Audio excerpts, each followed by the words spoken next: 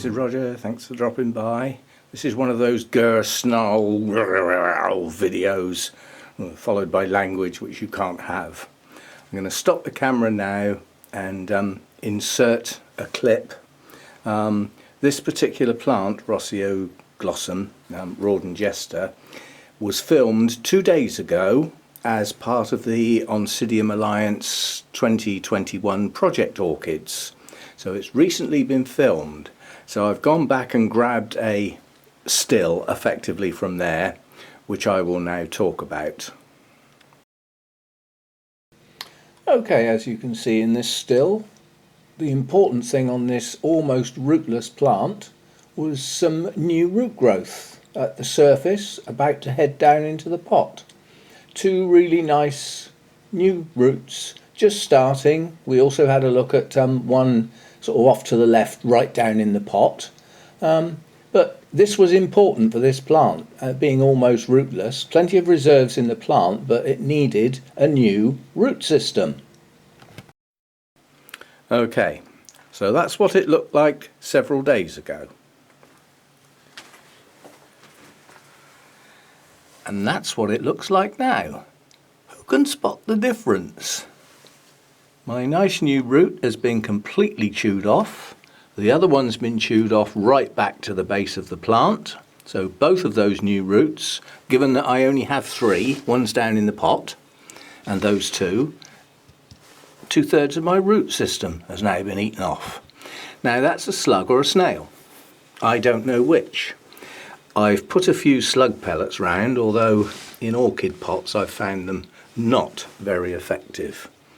So I'm going to try something different because it can do no harm. And I'm just going to see, the thing is, I don't know whether that slug or snail is in the pot or somewhere else and has paid a visit.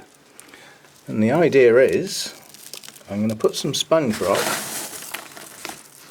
Let me get that tag out of the way. I'm putting some sponge rock over the surface of the pot. The reason being, from a slug or snail's point of view, that is bone dry and jagged, and it's not going to walk on it. So if I have a visitor that decides to come from somewhere else, when it gets here, it will clear off and go somewhere else. And that's the area where the new roots are going to come from, and this stuff can stay on there, well, until such time as we've got some sensible roots heading down into the pot.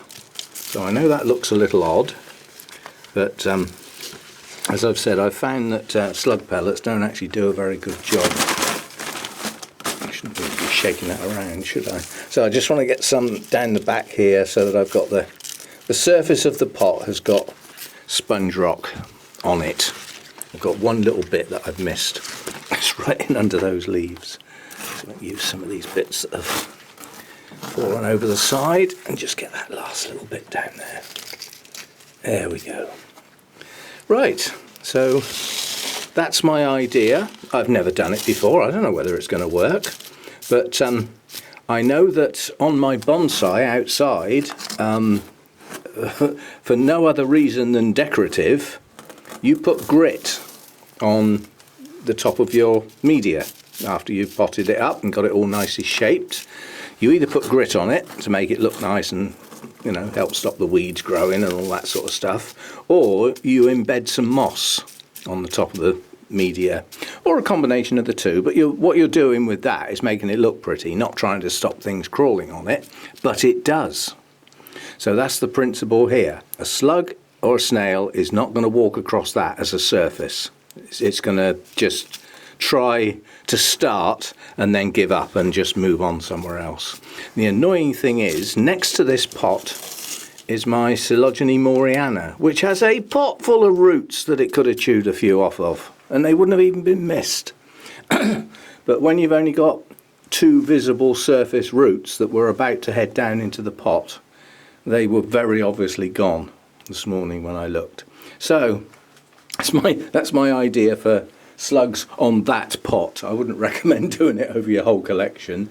And I bet I know exactly where that slug or snail has come from. It's come from there. that's one of Jeff's plants that I'm just having to look after until I can get it to Marius, because it's part of the Dendrobium collection. And boy, is that in the flipping way, to say the least. But quite a few of Jeff's plants, I've had reports from others and that, were actually had quite a lot of slugs and snails in them, because basically they weren't getting looked after. The guy's health was failing and everything, so the treatments weren't applied and stuff. So a lot of people have taken home slugs and snails into their collection, which is a bit annoying, but I've come home with slugs and snails in pots from Burnham's frequently. So it happens, but I suspect that's where it came from, and given that that pot was right next door, it's not very far to travel, is it? So anyway, I may or may not get it with the slug pellets. If it's in the pot and it comes up to the surface to feed again, I should get it. If it's a visitor to that pot from somewhere else in this vicinity, it's going to at least leave that pot alone, and we'll go from there. But I was just so annoyed. I just saw that out of the corner of my eye, and I just thought, oh no, what's happened down there? And like I say, these things happen. If you grow in the home, you're highly unlikely to ever get slugs and snails. In fact, most bugs are not going to get you in the home unless you bring them in on new plants, So you're relatively safe. But, you bring a plant home from the nursery, there's no guarantee there's not a slug or a snail in there. And they can survive quite a long time in your home, moving from pot to pot, from one leaf to another one. Then off they go at night when it's dark and it's cooler. Go off on their travels, trying to find a nice new growth or a new spike that's just starting, and think, supper time. Little tykes. Anyway, that's it for today. That's put me off doing anything else out here. The rats now. It's just annoying, when there's so few roots on this plant. And it's it's going to take a while to really take off again unless it grows a root system.